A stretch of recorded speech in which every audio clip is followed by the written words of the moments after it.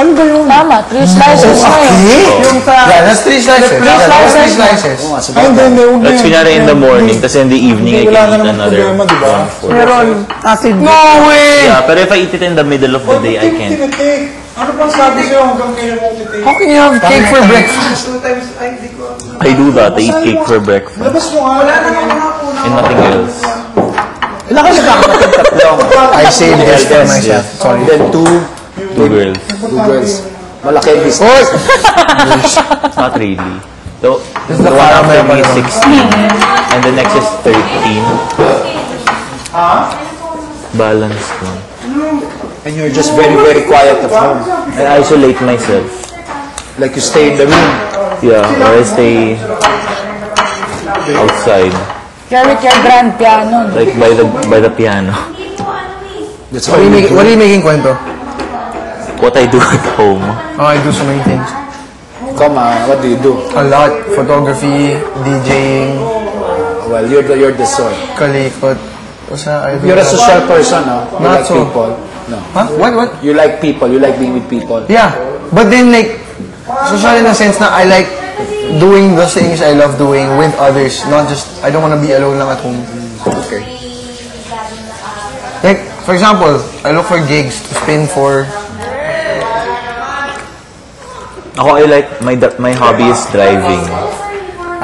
Gas is expensive. Well, when you come out, I don't think that's going to be your hobby anymore. Yeah. I'm sure gas is now like 60 plus. No naman. No naman.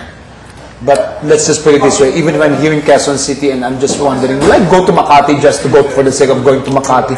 I give it second and third thought. Pero the good part about it is that with the price of gasoline, traffic has decreased tremendously. Yeah, grabe daw. Sobra. It's loose na. And, you know, sir, remember when I got my ingrown, I went to the hospital twice in a row, 2 nights in a row. The first night, the first one was acceptable because I went at 1. But the first one, I went at 7:30.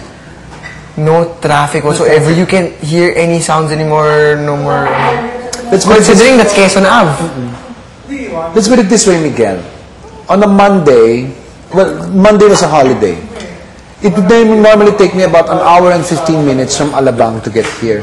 Because that's the time I come from Alabang and get here. That's before. Yeah. 1 hour 15.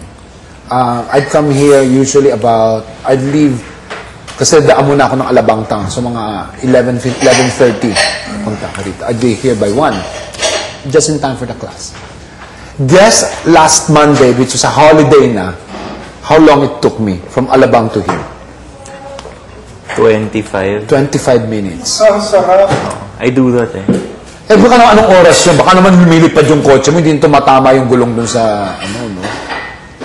Mabilis na mag-drive. Me also. 160. Ay, sira ulo nyo. Gago kayo. Gago kayo. Sa Skyway ako 200. Gago ka lalo. Baka diretsong Skyway, ibang Skyway na pagbukas So, ng nabangga ako sa Skyway. O sige, next time, iba ng Skyway makikita mo. Sira ulo kayo. Bata. You want to live long. Hindi ba ano po eh? Ay nako. Tsaka pag meron sa inyo nagmomotor, pag nakita ko yung nagmomotor sa kalye, Poy, nagmomotor ka. Ikaw rin, sir?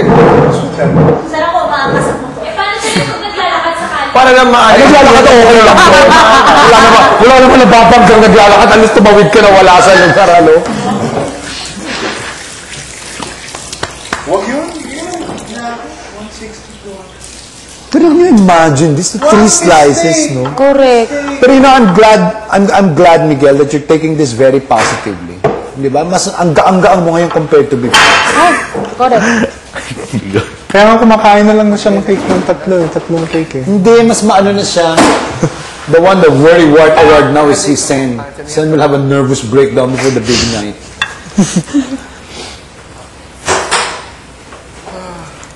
What did I do? Thank you, Direk. Thanks, Sure, Direk. anak. Happy birthday. Thanks, Direk. Sure. Thank you. Advance. Let's see what happens on Saturday. 4, 21. Whatever happens, basta let it happen. Correct. I'm game for anything. Hindi ko pa tinitigilan. Kamusta na? Sure, pa rin kami mag-plano ng year. Nakaka, ano.